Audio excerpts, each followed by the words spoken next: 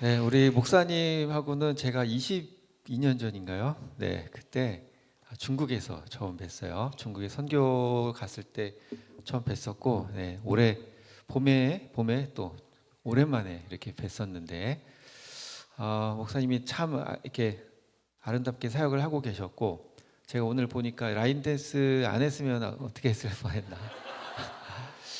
제가 무슨 생각을 했냐면 도시교회 같지 않은 느낌. 네, 촌스럽다는 얘기는 아니고요.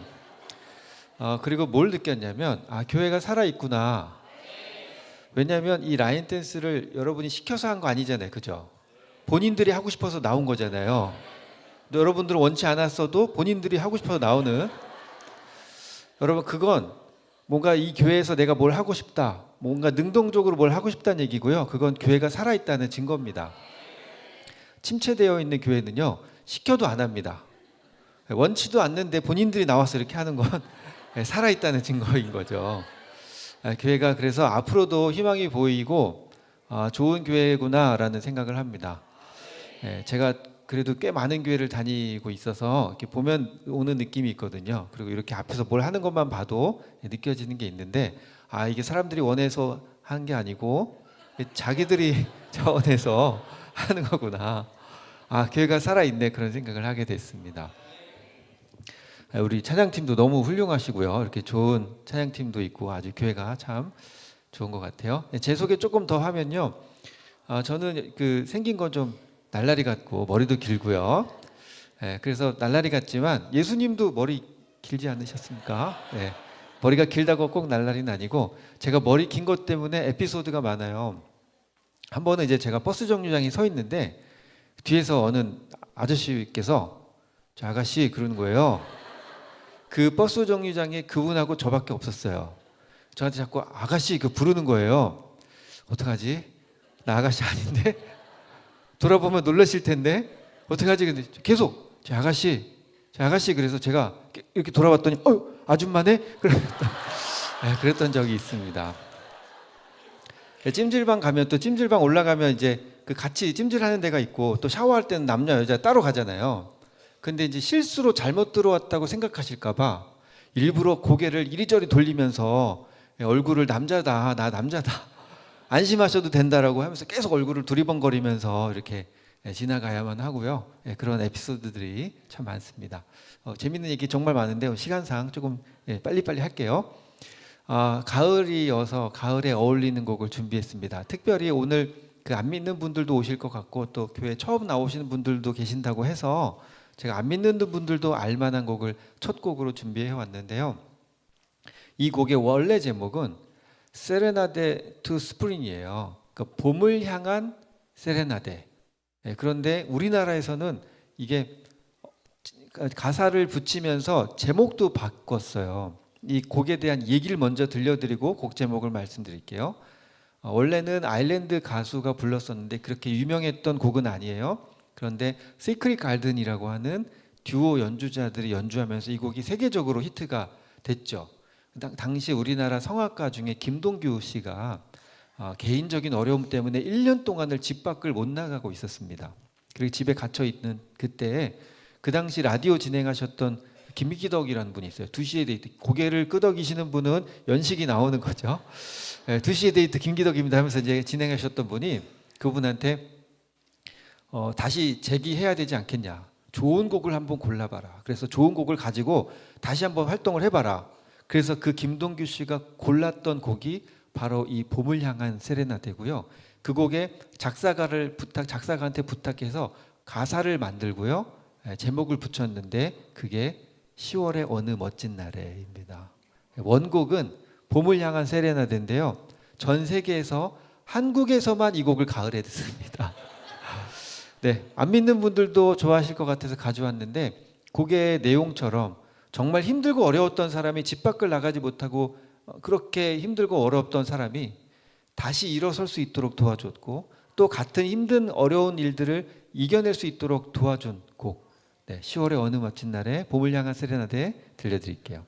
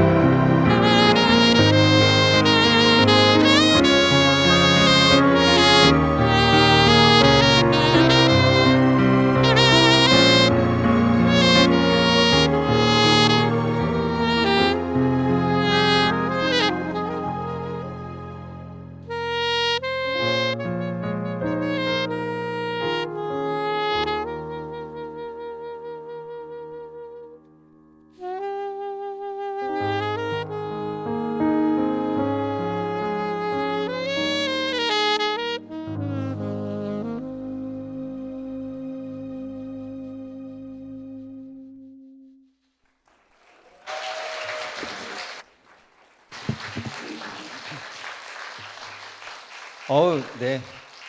표정이 훨씬 밝아지셨어요? 좀 전까지만 해도 되게 무시하는 표정이었는데. 네, 한 곡 듣고 나니까 조금 달라 보이죠? 네. 여러분 혹시 마음이 좀 많이 따뜻해지셨습니까? 네. 음악에 이런 능력이 있는 것 같습니다. 갑자기 모든 그 장소와 공간을 넘어서 뭔가 그냥 확 새로운 감정을 바로 느낄 수 있게 되는 그런 힘이 있는 것 같습니다. 제 소개를 조금 더 하면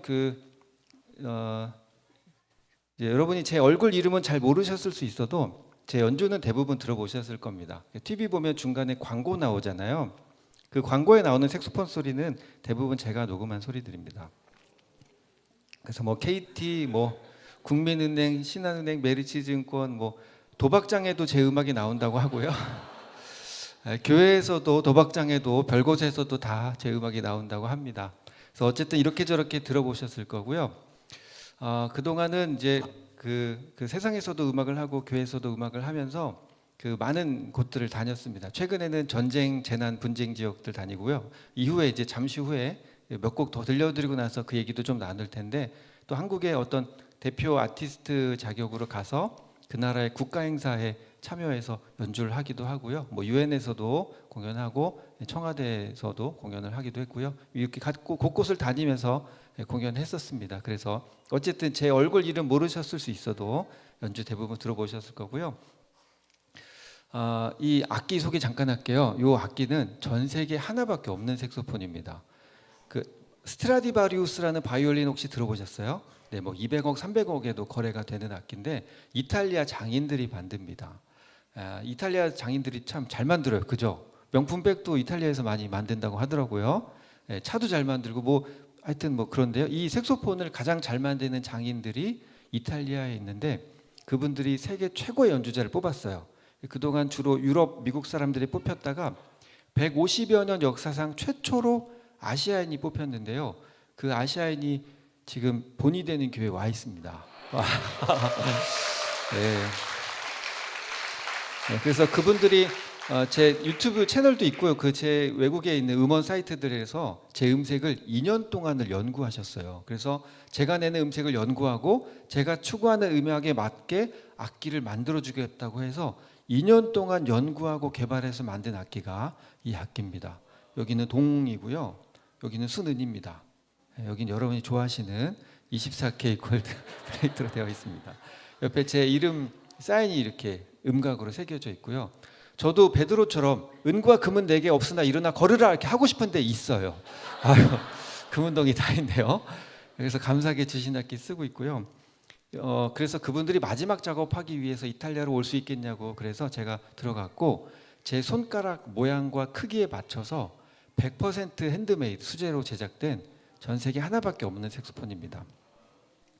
가끔 욕심내시는 분들 계신데 저거 훔쳐가면 욕심내시는 분이 계신데 이거 훔쳐가면 바로 걸립니다. 악기사에서 다 알고 있습니다. 요거는 마우스피스라고 하는데요. 요 마우스피스 가장 잘 만드는 장인은 디오 웨인이라고 미국인인데 그분이 한국 올 때마다 저를 찾아오셨어요. 그래서 자기가 만든 마우스피스를 제가 써줬으면 좋겠다고. 근데 그분이 만든 마우스피스 음색이 마음에 안 들었어요. 제가 원하는 음색을 만들어주겠다고 그분이 2년 가까이 노력했는데 못 해냈어요. 근데 일본에서 유학하고 들어온 한국인 장인이 1년 반 만에 해냈습니다. 그래서 이 마우스피스를 제 외국 이름 이니셜 따서 제 한국 이름이 박광식이고요. 외국 이름이 광식박이거든요. 그래서 외국 이름 이니셜 따서 GSP 블루라고 이렇게 마우스피스도 만들어 주셨고 요거는 슈어라는 마이크인데요. 가장 유명한 회사 마이크인데 또 이 회사 제가 사실은 그 정말 여러 회사 유명한 회사들의 마이크를 다 협찬을 받았었는데 제가 이거 돈 주고 사고 썼거든요. 왜냐하면 이거만큼 좋은 게 없더라고요. 그래서 계속 이걸 썼는데 결국은 이 회사에서 저를 자기네 아티스트로 이렇게 해주셔서 마이크도 이렇게 제공받아서 사용하고 있습니다. 네, 다 공짜로 이렇게 쓰고 있네요. 여러분 부러우신가요? 네, 공짜 좋아하시면 또 이렇게 네. 그런데 또 마냥 부러워할 일은 아닙니다. 이렇게 저 인생 참 부럽다, 공짜 저 인생 부럽다 생각하실 수 있는데 얘기를 끝까지 들어보시면 만만치 않겠는데라는 생각을 하실 수 있습니다. 자 이번에 들려드릴 곡 저희 밴드를 한번 다 데리고 왔습니다. 밴드는 어디 있냐면 저 영상에 있습니다. 멤버들 다 바빠가지고요. 저희들도 서로 만나기 힘들어요. 그래서 영상으로 오늘 데리고 왔는데요. 영상 보시면서 Morning into Dancing, 내 기쁨이 슬픔으로 변했다라는 그 고백인데요. 시편 30편의 고백입니다. 하나님께서 내 슬픔을 기쁨으로 바꿔주셔서 나로 하여금 잠잠치 않고 주님을 찬송케 하셨다라는 그 고백입니다. 그 고백이 오늘 저와 여러분의 고백이 되었으면 좋겠습니다.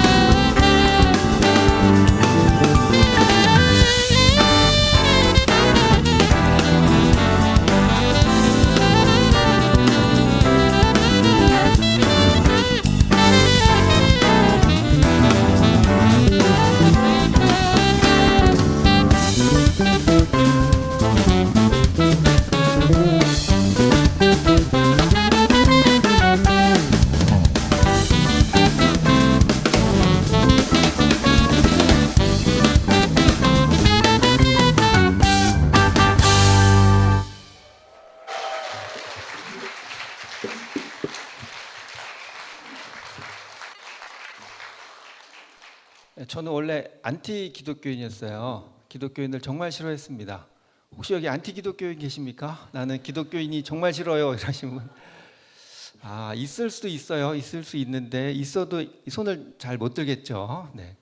제가 안티 기독교인이었던 이유는 예수님 믿는 사람은 착해야 되고 더 사랑을 베풀고 살아야 된다고 생각해 왔는데 제가 본 예수 믿는 사람들이 생각보다 그렇지 않은 것 같았어요. 그래서 어떤 모습을 봤냐면 벌써 오래전 얘기죠. 제가 어릴 때였으니까 이렇게 거리에서 막 삿대질을 하면서 험한 욕을 퍼붓는 중년의 여성분을 봤습니다. 그렇게 욕을 막 퍼붓더라고요. 그러더니 교회 앞마당으로 이렇게 들어가셨습니다. 그리고는 방금 욕할 때 그 목소리가 아닌 다른 목소리로 할렐루야 권사님 뭐 이렇게 얘기하는 걸 봤어요. 그래서 예수님이 없구나. 예수님이 있으면 교회만 있는 건 아니고 교회 밖에도 있을 텐데 저분 하는 거 보니까 예수님이 가짜든지 저분이 가짜든지 둘 다 가짜겠다. 그래서 예수님이 없는 걸 내가 증명해 보겠다고 도서관에 갔습니다. 예수님이 없는 거 증명하려고 신학책을 읽다가 예수님을 만났습니다. 네. 그때 인생 꼬여가지고 이렇게 선교사로 살고 있지 않겠습니까? 농담이고요. 선교사로 살고 있는 이 인생이 저는 그 무엇보다 행복하고 즐겁습니다. 여러분 빛과 소금의 삶을 살기를 소망하십니까? 쉽게 대답하죠. 우리 사람들은 참 생각 없이 대답합니다. 여러분 빛과 소금의 삶은 엄청나게 각오를 해야 되고 고생해야 되는 삶입니다. 빛은요 자기가 주인공이 아닙니다. 주인공인 대상을 비추는 게 빛의 역할입니다. 그러니까 여러분 조명을 켜놓고 앞에서 밤에 운전하다가 상향등 켜고 오면은 기분이 좋으십니까? 전문용어로 눈뽕 맞는다고 그러는데 그렇잖아요. 조명은 내가 보라고 있는 게 아니고요. 뭔가를 비추기 위해 있는 겁니다. 그리고요 그 조명은 온갖 뜨거움을 견뎌야 합니다. 누군가를 비추기 위해서 또 자기는 희생해야 되고 남들은 보면서 인상을 찌푸리는 그런 삶을 살아야 됩니다. 소금은요 녹아져야 됩니다. 누군가가 맛을 보기 위해서 녹아서 사라져야 되는 게 소금입니다. 그리고요 생선이 썩지 않도록 비린내를 온몸으로 품고 있어야 되는 게 소금의 역할입니다. 그래서 빛과 소금의 역할은 쉬운 일이 아닙니다. 편안한 삶은 아닙니다. 그런데요 그 인생에 복이 있습니다. 그 인생이 형통한 인생입니다. 여러분 우리는 형통한 삶을 살기를 원합니다. 그렇죠? 그리고 추수감사절 되면 뭐 이렇게 풍족하고 그 부분 그런 면에 있어서 또 주님께 감사도 하지만 또 형통케 해달라는 기도를 하지 않습니까? 그런데요, 여러분 형통은 우리가 생각하는 것과 다릅니다. 그러니까 세상에서 말하는 형통은 그러니까 성경에도 형통이라는 단어가 참 많이 나오잖아요. 세상에서 말하는 형통은 풍족하고 여유로운 상태, 불편함, 어려움이 없는 그런 상태를 형통이라고 합니다. 그런데 성경에서 말하는 형통은 그게 아닙니다. 성경에서 형통은 여러 번 나왔지만 형통한 자는 한 번 나왔어요. 형통한 자 누구한테 하셨을까요? 요셉한테 하셨습니다. 그 요셉이 나중에 막 모함도 받고 감옥도 가고 그리고 총리의 자리에 오르잖아요. 그때 쓰시지 않았고요. 노예로 팔려갔을 때 쓰셨습니다. 여러분 요셉을 남 얘기니까 우리가 쉽게 하지만 혹시 온 가족 형제가 나를 죽이려고 어디 끌고 가서 죽이려고 했다 하시는 분 혹시 계십니까? 그러면 그 죽이진 않았는데 나를 돈 받고 인신매매로 팔아 넘겨서 나는 인신매매로 팔려와서 살고 있다 하시는 분 계십니까? 남 얘기니까 요셉 얘기를 우리가 쉽게 하지만요, 요셉의 삶은요 진짜 고통스러운 삶이었을 겁니다. 그런데요 그가 노예로 팔려왔을 때 종의 삶을 살게 됐을 때 하나님께서 그에게 그가 형통한 자 되었다고 하셨습니다. 형통은요 풍족하고 여유로운 상태를 형통이라 하는 게 아니라요 주님께서 동행하는 상태가 형통입니다. 그러니까 아이가 막 이제 걸음마 하잖아요. 그러면 그 걸음마 할 때 아이가 혼자 잘 걸어가는 상태가 형통이 아니고요 엄마나 아빠가 딱 쓰러지기 직전에 잡으려고 팔 이렇게 걸쳐 있는 상태, 이게 형통인 겁니다. 주님께서 동행하는 상태, 형통이 그게 형통입니다. 그래서요 요셉이 가장 곤고할 때 하나님께서 요셉과 함께 하심으로 그가 형통한 자 되었다고 하시는 겁니다. 그러니까 주님과 동행하는 상태가 형통입니다. 그런 형통한 자 되시기를 축복합니다. 네, 저와 여러분 모두 다 그런 형통한 삶을 살기를 바랍니다. 네, 그런데 그 형통한 삶은 고난이 따릅니다. 고난과 불안 요소가 있을 때 주님께서 딱 붙잡고 계시는 거죠. 예, 냅둬도 되는 것 같으면요, 한 마리 양 쫓으러 갑니다. 그 99마리 양은요, 버리신 게 아니고요, 얘는 지금 잠깐 냅둬도 되거든요. 얘는 안전하니까. 그래서 한 마리 잡으러 가시는 거예요.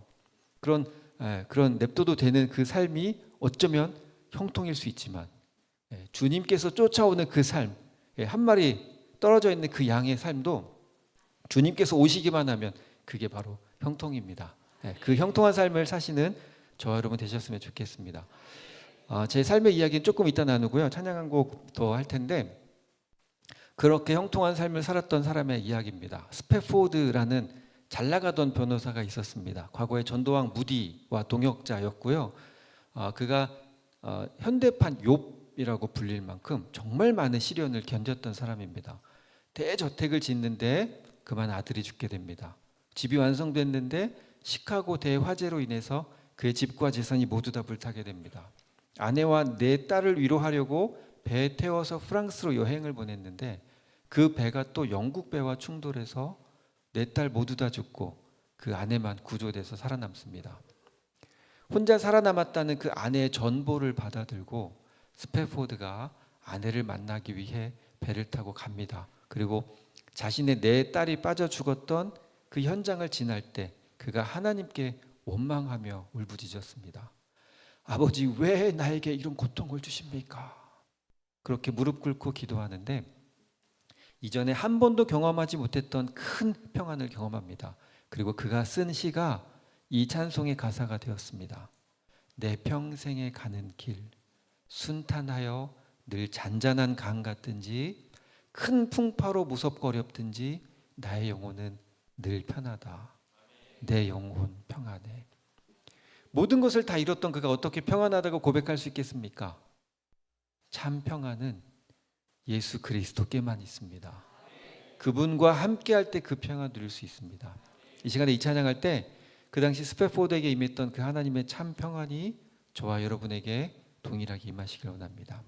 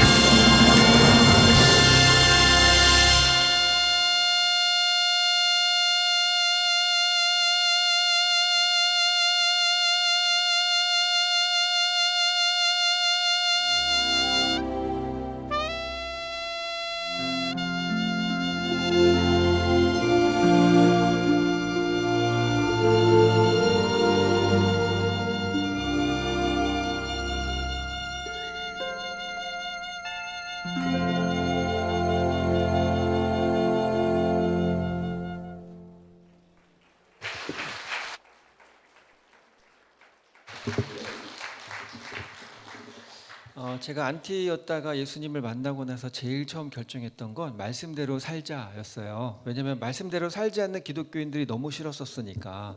그런데 제가 예수님을 믿게 됐으니 이제 저는 말씀대로 살아야겠는 거예요.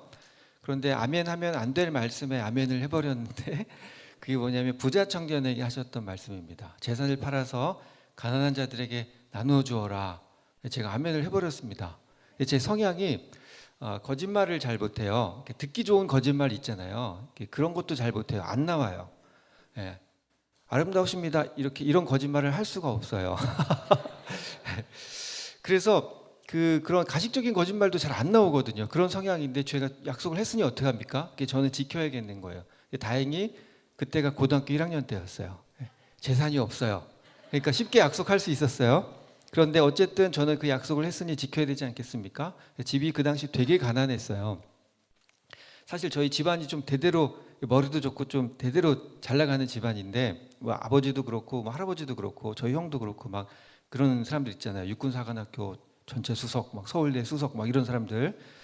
근데 이제 저만 상태 안 좋아서 이렇게 음악을 하고 있지만 근데 그렇게 아버지가 그 당시 이제 차기 대통령 후보로 꼽힐 만큼 젊은 나이에서부터 야 얘는 인재다, 얘는 우리나라를 짊어져야 된다라는 얘기를 들을 만큼 그런 엘리트셨는데 아버지 밑에 있던 장교가 부대차를 끌고 나가서 사망 사고를 냈어요. 그래서 아버지가 책임을 지고 물러서 나셔야 됐고요. 그렇게 취미를 바둑을 두셨는데 마음 둘 곳이 없어서 바둑을 두셨는데 처음에는 커피 내기 밥 내기 하시다가 집 내기 땅 따먹기 열심히 하시고 모든 재산을 다 사회 환원을 하셨습니다. 저희 집은 무허가 건물에 살게 됐어요. 그래서 저희 집 화장실이 따로 없고 여러 가구가 공동으로 쓰는 그런 화장실을 쓰고 저는 전철역 화장실을 다녔고요. 그렇게 씻을 수도 없고 그런 밖에 비 오면 집에도 비 오고 밖에 바람 불면 집에도 바람 불고 쥐 바퀴벌레 이렇게 같이 살고 그랬었는데 그렇게 가난한 시절에 재산을 팔아서 남을 주겠다는 약속을 쉽게 할 수 있었어요. 그런데 마음의 부담은 있었습니다. 그래서 내가 나중에 돈을 벌어서 다 하나님께 드려야지라고 마음을 먹고 있었고요. 뒤늦게 음악을 시작했어요. 요 얘기하면 제가 교육청 가서 강연하는 얘기인데 요거는 1시간짜리라 생략하겠습니다. 어쨌든 하나님께서 주신 특별한 은사여서 악기를 처음부터 잘 할 수 있었어요. 첫날부터 손가락도 다 돌아가고 소리도 예쁘게 나고 비브라토도 되고 폐활량도 다 주님께서 주셔서 되는 거지. 다 주셨어요. 다 주신 겁니다. 제가 노력해서 생긴 게 아니에요. 주님께서 주셨기 때문에 드리는 거예요. 당연한 거니까. 여러분 이게 잠깐 딴 얘기 할게요. 여러분 우리가 달란트 비유 얘기하잖아요. 그 5달란트 받은 사람, 2달란트 받은 사람 잘한 것 같은데 1달란트 받은 사람한테 뭐라고 하잖아요. 그죠? 왜냐하면 그 사람은 주인을 일단 의심했어요. 심지도 않은 곳에서 거두시는 분이라고 의심을 했어요. 그게 가장 큰 잘못이지만 또 잘못이 뭐죠? 그는 받은 만큼을 남기지 않고 그냥 받은 거 그대로 돌려드렸습니다. 근데 우리가 여기서 놓치고 있는 게 뭐냐면 우리는 돌려드리지도 않아요. 그 하나 받은 거조차 내 건 줄 알고 내가 움켜집니다. 내 물질, 내 시간, 내 재능은요 주님 겁니다. 그러니까 주님께 드려야 맞는데 적어도 그 1달란트 받은 사람은 주님께 드리기라도 했습니다. 근데 우리는 어떻게 합니까? 다 내가 움켜쥐고 살지 않습니까? 주님께 다 드리고 살아내시는 저와 여러분 되셨으면 좋겠습니다. 다시 돌아와서 주님께서 주신 은사라서 주님께 안 드릴 수가 없었어요. 그래서 저는 그냥 이렇게 하고 있습니다. 그때 제가 그러면서 이제 음악을 뒤늦게 시작했지만 짧은 시간에 음악을 빨리 할 수 있었어요. 그래서 3개월 됐을 때 콘서트를 하고요. 악기 배운 지 3개월 됐을 때 콘서트를 하고 6개월 됐을 때 해군군악대 전체 이제 수석으로 합격을 했어요. 그 당시 뭐 차이콥스키 음대, 뭐 예술종합학교, 뭐 서울예대 다 있었는데 그 악기 배운 6개월 된 애가 전체 수석으로 붙었고요. 그리고 이제 군대에 있을 때 휴가 나와서 그 당시 최고의 아이돌 이제 이러면 나이가 나오죠. 그 당시 최고의 아이돌이 핑클, 잭스키스, 디바 이런 가수들이었는데 군대에서 휴가 나와서 그 방송 같이 하고 이효리 사인 받아서 고참한테 드리고 이쁨 받고 그랬습니다. 그리고 전역하고 나서 이제 부모님 빚을 갚고요. 그 갚으면서 뭐 카드 돌려막기도 하고 별거 다 해봤어요. 그렇게 하면서 그 이후에 돈이 생겨서 나중에 결혼하면서 또 빚지고 막 그랬었는데 결국은 그 모든 재산을 주님께 드리겠습니다. 그러고서요. 앨범 판매 수익금도부터 뭐 집에 결혼식 때 꼈던 반지부터 뭐 통장 다 팔고요. 보험도 해약하고 나중에 이제 남들 돕다 보니까 너무 재밌는 거예요. 우물 하나 팠는데 막 3,000명이 살게 돼요. 우물 하나 그 당시 10,000불 들었거든요. 아프리카에서요. 1,100만 원, 그 당시 돈으로 1,100만 원이었는데 막 3,000명씩 살게 됐대요. 얼마나 기쁩니까? 그래서 우물도 계속 파고 아프리카 대학생들 장학금 주고 인도나 제3국가 병원 지어주고 학교 지어주고 탈북자 돕고 노인들 돕고 장애인들 돕고 국내외 가난한 선교사를 돕고 또 노숙인들 찾아가서 도와주고 저를 드러내려고 하는 얘기는 전혀 아니에요. 주님께서 아십니다. 네, 저를 드러낼 것 같았으면 이런 얘기 하지도 않았습니다. 근데 중요한 얘기예요. 그러고 났는데 제가 놓치고 있었던 게 있더라고요.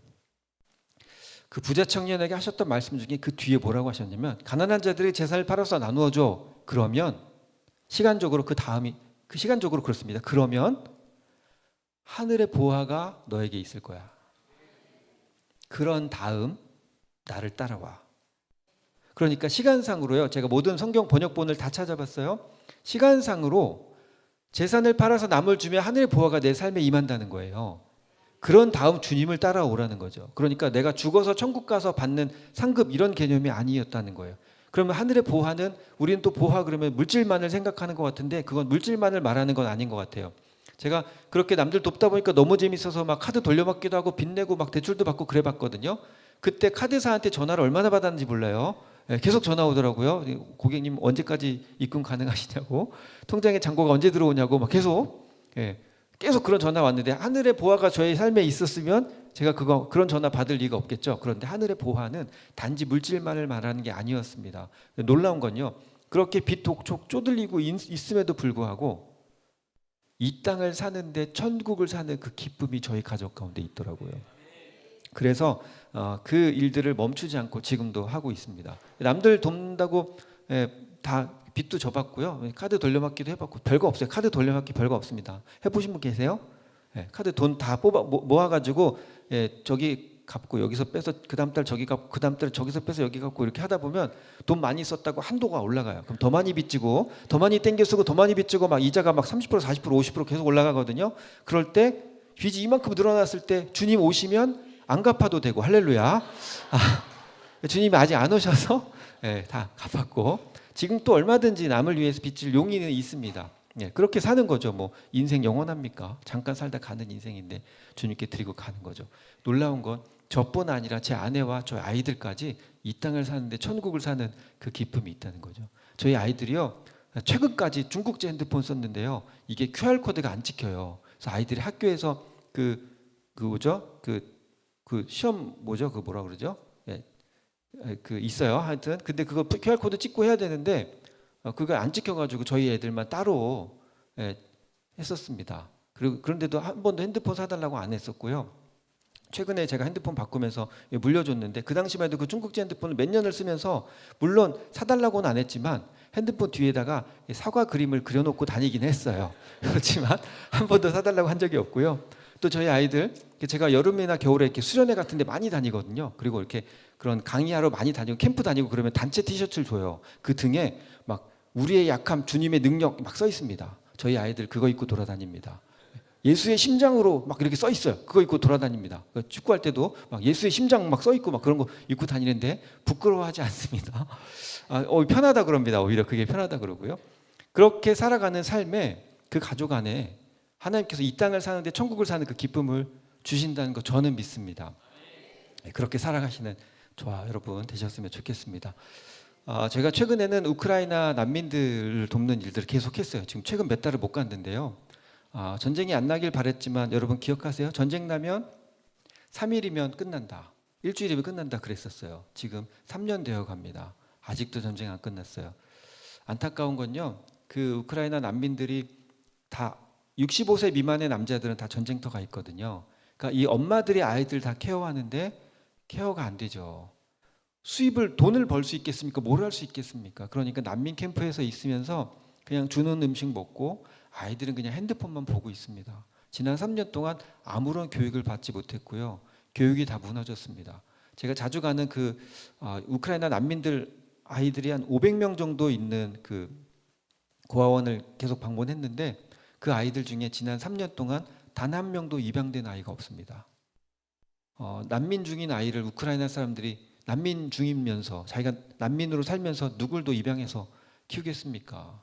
남자들은 다 전쟁터 가 있는데요. 그러니까 외국인들이 입양을 하고 싶어도 미래에 자기 자손들이 지금 없어질 상황이고 교육도 안 돼 있는 상황이니 아이들을 보낼 수가 없는 거죠. 다른 나라로. 그래서 우크라이나에서 자기네 자국민 아이들을 고아 아이들도 다른 나라 사람들에게 입양 보내지 않는 것 같습니다. 그래서 정책이 그렇다고 합니다. 그래서 아이들 입양되지도 못하고 500명이 그대로 지난 몇 년 동안 계속 있고요.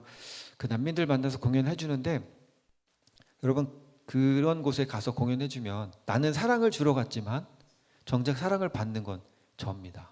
사랑을 받고 옵니다. 여러분 단기 선교 가보셨죠?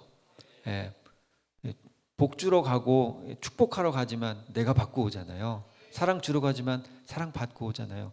그 경험을 늘 하고 있습니다. 많은 스토리들이 있는데 오늘 조금 생략하고요. 지금 영상을 보여드리면서 연주를 해드릴 텐데 이 영상에 우크라이나 평화 콘서트를 제가 뭐 3차, 4차, 5차 계속 들어갔지만 2차 때 영상을 오늘 가지고 왔는데 앞장면만 3차 영상을 잠깐 보여드려요. 근데 왜 3차 영상을 보여드리냐면 2차 때 저희가 독일 드레스덴 한인교회에서 난민을 위해서 콘서트 했을 때 그 우크라이나 난민들 중에 그 공연을 보러 오신 분들 중에 크리스천이 한 명도 없다고 알고 있었어요. 한 명도 없었어요. 그런데 저희가 공연 끝나고 나서 그분들이 정말 많이 우셨고요. 정말 많이 위로를 받으셨고 다시 살고 싶은 마음을 들게 해줘서 고맙다는 얘기를 정말 많이 들었어요. 근데 그분들이 당신이 믿는 예수님 나도 믿고 싶은데 어떻게 하면 좋냐고 그랬더니 그 얘기를 들은 그 드레스덴 한인교회 목사님이 주일날 오후를 비워주셨습니다. 그래서 우크라이나 난민들이 그곳에 예배를 드리고 있어요. 교회가 섰습니다.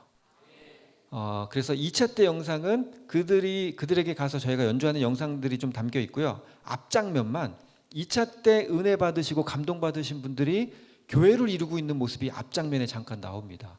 보시면 아시겠지만 다들 그렇게 눈물을 흘리시고 위로를 받고요. 은혜를 받는 장면이 나옵니다. 우크라이나 난민들에 대한 영상 보여드리면서 내가 천사의 말을 한다 해도 내가 아무리 천사의 말을 해도 마음에 사랑이 없으면 아무 소용이 없다라는 그 고백 하나님께 올려드리겠습니다.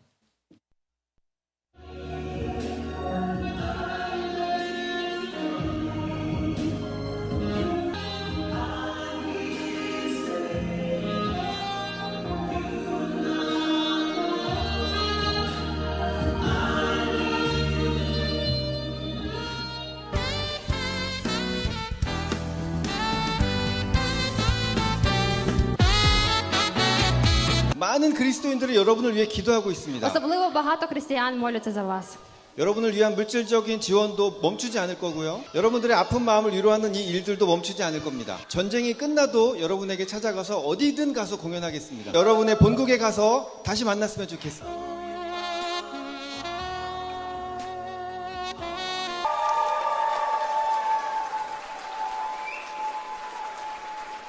여러분은 혼자가 아닙니다.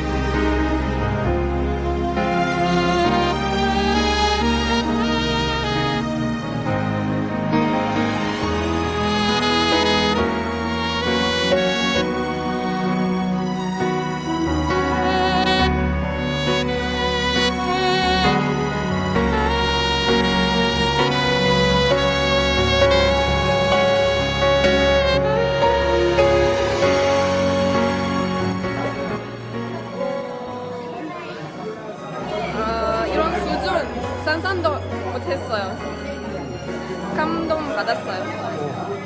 잘 들었습니다. 감사합니다. 우리는 전혀 잊지 않겠습니다.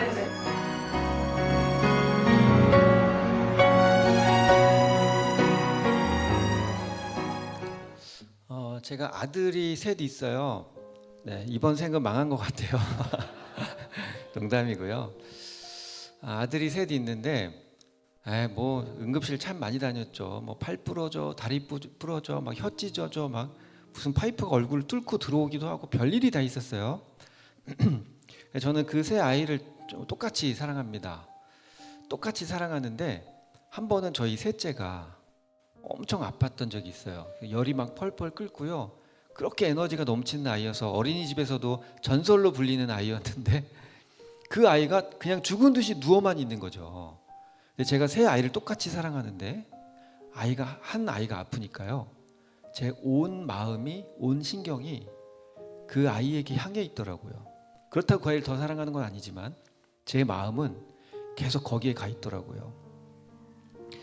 그런데요, 저희 둘째는 되게 츤데레 같은 아이예요. 이렇게 막 오다 주웠다 뭐 이런 애들 있잖아요. 아무런 것 관심 없는 척하면서 이렇게 막 다 챙기고 하는 그런 타입인데 저희 둘째가 셋째 아이가 누워 있는 그 옆에 같이 누웠어요. 그러더니 머리에 있는 물수건도 이렇게 차갑게 해서 다시 갈아주고요. 이런저런 얘기를 하고 있는 거예요. 같이 누워가지고. 그 당시 이 아이가 초등학교 1학년, 중학교 1학년 막 그랬을 때였는데 이 아이가 뭐 초등학교 1학년한테 뭐 얘기하는 거예요. 쌤아, 형이 인생을 살아보니까 이게 세상이 만만치가 않다. 뭐 그러면서 뭐 이런저런 얘기를 하고 있어요. 그 둘째가 얼마나 이뻐 보였게요. 왜냐하면 나는 똑같이 사랑하지만 내 마음이 얘한테 가 있는 거예요. 얘가 이렇게 아프니까. 그런데 내가 그렇게 아픈 걸 알아서인지 이 둘째가 그렇게 막내 옆에 가가지고 위로해주고 격려도 해주고 이렇게 간호도 해주고 있는 거죠. 제가 그때 아버지 마음이 그런 거구나를 알게 됐어요. 우리 하나님께서요 계속 얘기하시는 게 있어요. 고아와 과부들의 편에 서줘라. 나그네들을 맞아줘라. 그리고 목마른 자 있으면 마실 것을 주어라. 배고픈 자에게 먹을 것을 주어라. 값없이 구워 주어라. 그 애는 어차피 못 갚아 내가 갚아줄 테니 값없이 구워줘라. 옥에 갇힌 자들 찾아가 주어라. 마태복음 25장 31절 이후 40절 이후까지 계속 말씀하시는 게 있습니다. 지극히 작은 자 하나에게 한 것이 바로 나에게 한 거라고. 하나님 마음은 어디 있냐면 힘들고 아프고 연약하고 고통 가운데 있는 사람에게 있다는 걸 알게 됐어요. 그런데 그 아버지의 마음이 그렇게 아파할 때 아버지께서 아파하시는 그곳에 가서 손 내밀고 위로해주고 격려하는 사람을 예뻐하신다는 걸 알게 됐습니다. 그러니까 자꾸 값없이 꿔주라고 하는 거예요. 오리 가자 그럼 심리를 가주라고 하는 거예요. 저가 분노해 있거든 오른뺨을 치거든 그의 마음을 이해하고 왼뺨도 돌려대라고 그렇게 말씀하시는 거예요. 아버지 마음은 거기 있거든요. 그래서 제가 전쟁 재난 지역을 다니면서 그 아버지의 마음이 막 느껴져서 그렇게 계속 다니고 있습니다. 난민들 위해서 공연할 때마다 제가 많이 하던 얘기가 있는데 그 얘기를 하면 눈물이 나서 자세히 안 하려고요. 이제 그만 울고 싶어요. 그 얘기하면 200번 넘게 얘기한 것 같은데 그 얘기 할 때마다 눈물이 나더라고요. 제가 잊지 못하는 장면이 하나 있는데 불가리아, 루마니아, 헝가리, 슬로바키아, 폴란드, 체코 막 계속 많은 나라를 다녔어요. 그런데 루마니아 국경에서 있었던 일로 기억하고 있어요. 전쟁 초기에요. 한 아이가 국경을 넘어오는데 엄마도 없었어요. 가방 하나를 질질 끌고 넘어왔는데 아빠는 전쟁터에 갔겠죠. 엄마는 오다가 잘못됐는지 잃어버렸는지 어떻게 됐는지 모르겠지만 아이 혼자 울면서 넘어오고 있었어요. 그런데 나이도 뭐 한 8살 그 정도밖에 안 돼 보였어요. 근데 그 언제부터 울었는지 이 눈물이 목을 타고 흘러내려서 위에 상의 앞에가 다 젖어 있었어요. 그렇게 울면서 넘어오는 아이의 모습을 제가 잊을 수가 없어요. 난민촌에 가면 여자와 아이들만 있습니다. 남자들 전쟁터 가 있으니까 그 여자와 아이들만 있는 곳에 제가 이렇게 가면 아이들이요 아빠를 잃은 아이들이 있어요. 아빠가 전쟁터에서 죽었다는 것을 아는 아이들. 그 아이들이 저에게 달려와서 안깁니다. 그리고 온 힘을 다해서 저를 끌어왔는데 떨어지려고 하지 않습니다. 여자와 아이들만 있는 곳에 어른 남자가 오니까 아빠를 느끼고 싶었던 것 같습니다. 그렇게 제 품에서 떨어지지 않는 아이들을 봅니다. 아버지 마음은 얼마나 아프실까라는 생각을 하면서 계속 그들을 찾아갔는데요. 저는 여러분 천국 가면 제가 하고 싶은 게 있어요. 제가 천국 가면 꼭 하고 싶은 거. 이건 제가 할 건데 여러분 하시면 안 돼요. 이건 주님 앞에 비밀이에요. 주님께 제가 이벤트 해드릴 거거든요. 여러분 주님 앞에 제가 할 거니까 여러분 비밀입니다. 제가 뭐 할 거냐면 여러분 천국 가면 주님께서 나를 향해 두 팔 벌려서 서 계시지 않을까요? 그러면 여러분 어떻게 하실 겁니까? 달려가서 안겨야 되지 않습니까? 그런데 이 땅에서 살았던 내 삶이 너무 부끄러워서 주님 앞에 자신이 없어서 그냥 쭈그려 앉아 있겠습니까? 아니면 떳떳할 수는 없을지언정 그래도 열심히 살아서 주님 앞에 달려가실 겁니까? 저는 달려가고 싶습니다. 그 천국에서의 첫날, 처음 주님 만나는 그날, 저는 그날을 생각하면서 이 세상을 살아갑니다. 저 주님 품에 달려가서 그 품에 안길 겁니다. 그리고 두 발자국 물러서서 큰 절할 겁니다. 주님, 저 여기 왔습니다. 주님께서 복음 전하라 하셔서 전쟁 지역도 들어가고 재난 지역도 들어가고 군인들이, 무장한 사람들이 총을 겨누는 앞에서 주님 찬양했던 것도 다 보셨죠.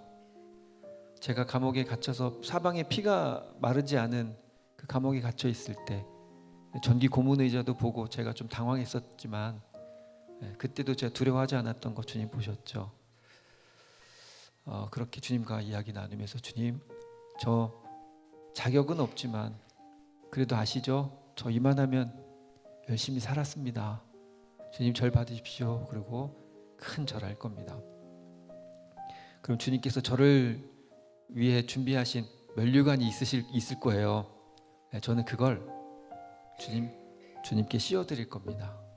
물론 더 좋은 거 쓰고 계시겠지만 주님 이거 잠깐만 벗어보실래요?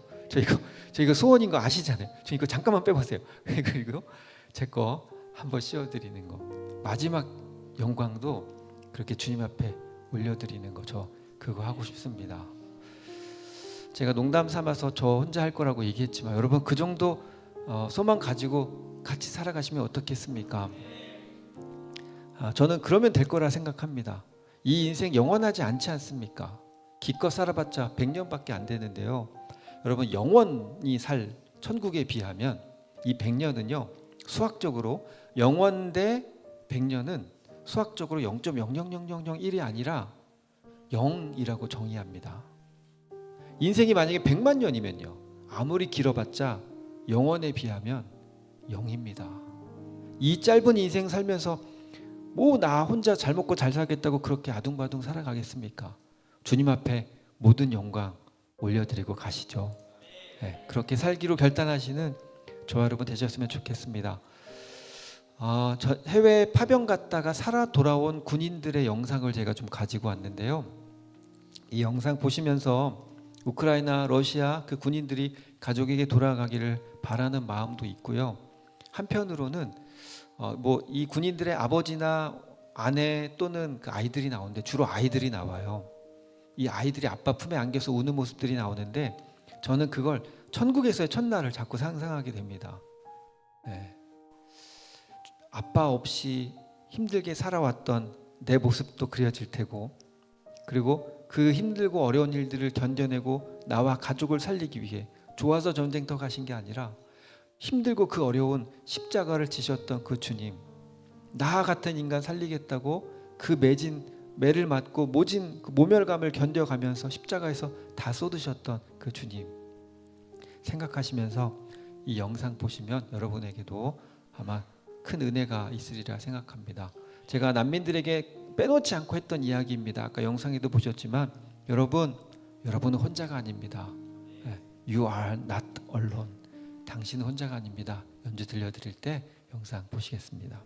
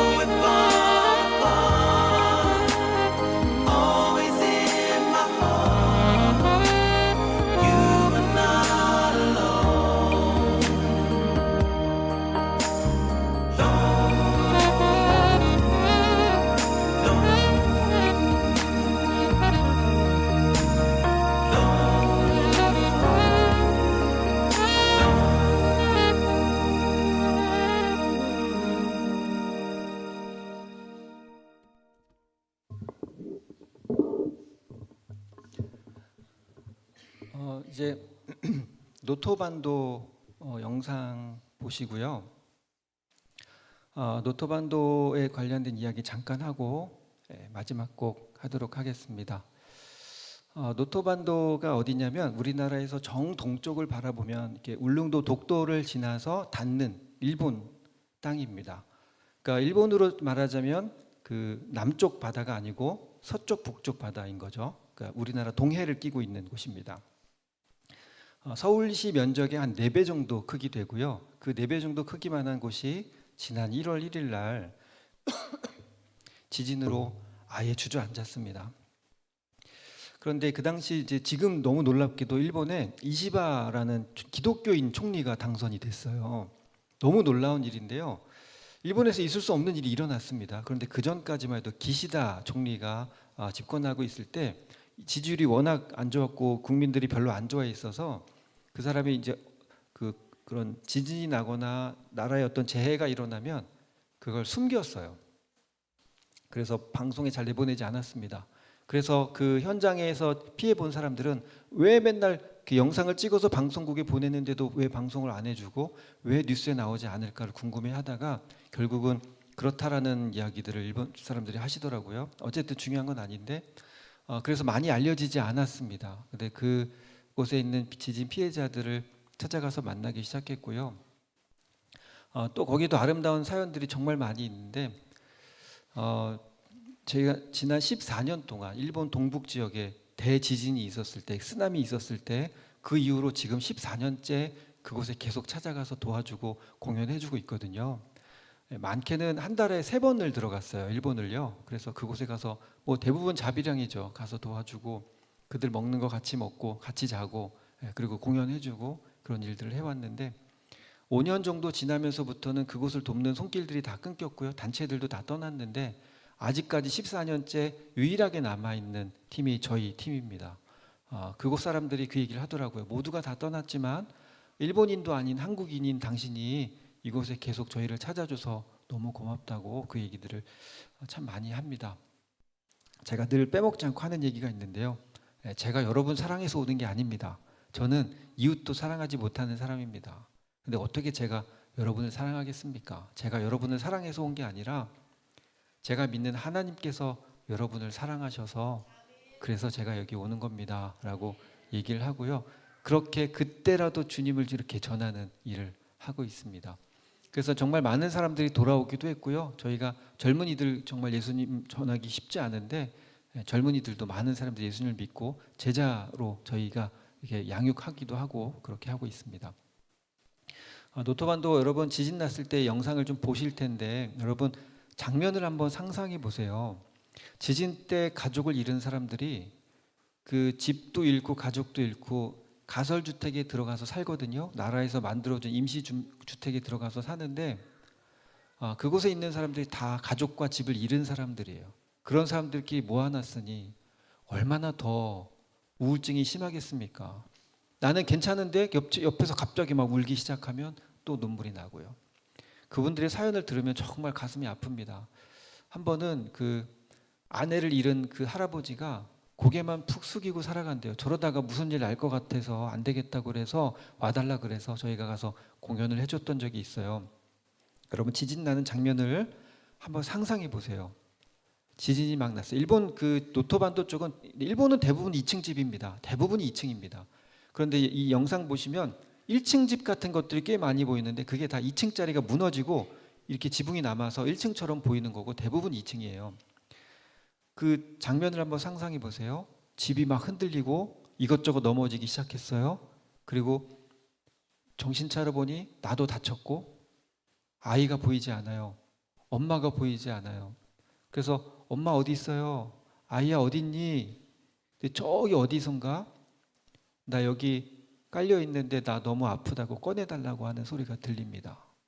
그런데 나도 다쳤고 무너진 집을 들어 올릴 힘이 어디가 있겠습니까? 근데 아빠도 다쳤어. 여보 나도 다쳤어. 사람들이 도와주러 올 거야. 그런데 아무도 도와주러 오지 않아요. 그리고 어떻게 삐집고 나와서 다친 몸을 이끌고 사람들에게 도움 요청하러 나와봤더니 우리 집만 무너진 게 아니에요. 다 무너져서 여기저기서 살려달라고 얘기하고 있어요. 그리고 우리 아이가 우리 엄마가 저 안에서 살려달라고 하는 소리가 점점 들리지 않아요. 정신 차리라고 아무리 얘기해도 소용이 없어요. 그리고 몇 달이 지나서 여러분 그 노토반도로 들어가는 모든 길이 다 파손돼서요. 사방에서 올 수 있으면 좋지만 그게 반도이기 때문에 들어가는 길목이 다 파손돼서 몇 달이 지나서야 크레인들이 들어오기 시작했습니다. 그래서요 죽은 지 한 달 된, 2달 된 내 아내를 내 아이를 봐야 하는 그들의 심정이 어떻겠습니까? 내가 살려내지 못해서 죽었다고 그런 죄책감에 살아가는 사람들입니다. 그렇게 아내를 잃었던 한 할아버지가 고개만 숙이고 계시다길래 그분을 모셨어요. 그래서 그분에게 신청곡도 받고요. 그래서 그분이 모셨습니다. 그리고 그분이 오셨는데 제가 그 얘기했어요. 여러분 혼자가 아닙니다. 제가 이제 계속 오게 올 겁니다. 지난 그 동북 지역도 지금 14년째 오고 있고요. 여러분 저 계속 올 겁니다. 그리고 여러분이 필요하다고 하면 제가 언제든지 와서 연주해 드리겠습니다. 여러분 다음에 만날 때까지 건강하셔야 됩니다. 제가 그렇게 얘기하는 이유는 그 이후에 많은 사람들이 스스로 목숨을 끊는 일들이 있기 때문입니다. 그래서 제가 꼭 얘기합니다. 여러분, 우리 다음에 만날 때까지 건강하셨으면 좋겠습니다. 건강한 모습으로 또 만납시다. 그 할아버지가 공연 내내 막 뜨거운 눈물을 삼키시다가 마지막에는 막 눈물을 닦으시더라고요. 그러더니 끝나고 나서 저에게 오셨어요. 네, 당신이 또 온다고 하니 난 당신을 봐야겠어서 당신 또 만날 때까지 살아있겠습니다. 스스로 목숨을 끊으려고 하셨던 것 같아요. 그리고 그 다음 달에 또 찾아갔고요. 네, 또 찾아갔고요. 지난달에는 제가 들어갔는데 지난달에 폭우 때문에 가설주택까지 다 쓸려 들어갔어요. 그래서 일본까지 들어갔다가 노토반도로 들어가지 못하고 그냥 다시 돌아오긴 했지만 그렇게 어려움 가운데 있습니다. 너무 감사한 건요, 그분들이 그렇게 힘들고 어려울 때 그렇게 음악을 통해서 위로받고요, 그리고 다시 살고 싶어졌다는 얘기를 참 많이 하십니다. 아마 저는 하나님께서 기뻐하실 거라 생각합니다. 살고 싶은 마음을 들게 해서 고맙고 다시 살 용기를 얻게 해줘서 고맙고 살아야 될 이유를 알게 해줘서 고맙다는 얘기, 아마 주님께서 가장 기뻐하시지 않을까 생각합니다. 여러분, 남들 돕다가 옳은 일 하다가 나 밥 못 먹으면 그까짓 거 안 먹으면 되죠. 옳은 일 하다가 말씀대로 살다가 나 잠 못 자면 그까짓 거 안 자면 되죠. 인생 별겁니까? 100년 열심히 살다가 주님께 가는 거죠. 그렇게 살기를 결단하신 저와 여러분 되셨으면 좋겠고요. 영상 보시고 나서 이어서 내 영혼이 은총 입어 찬양할 텐데요. 내 영혼이 은총 입어 중한 죄진 무거운 죄진 벗고 나니 슬픔 많은 이 세상이 천국으로 변한다. 높은 산이든지 거친 들이든지 작은 초막이든 큰 궁궐 같은 집이든 내 주 예수 모신 곳이 그 어디나 하늘나라. 할렐루야 찬양하세. 내 모든 죄 사함 받고 주 예수와 동행하니 그 어디나 하늘나라. 앵콜 없습니다. 마지막으로 이거 영상 보시고 이제 듣고 끝낼 텐데, 앵콜하고 그러면 자꾸 여러분 마음이 사람한테 휩쓸릴 수 있어요. 그래서 모든 영광 주님께만 올려드리고 이렇게 끝냈으면 좋겠습니다. 혹여라도 제가 드러나고자 하는 모습이 보였다면 그건 그냥 저 인간이 참 연약하구나라고 생각하고 그냥 잊어주셨으면 좋겠습니다.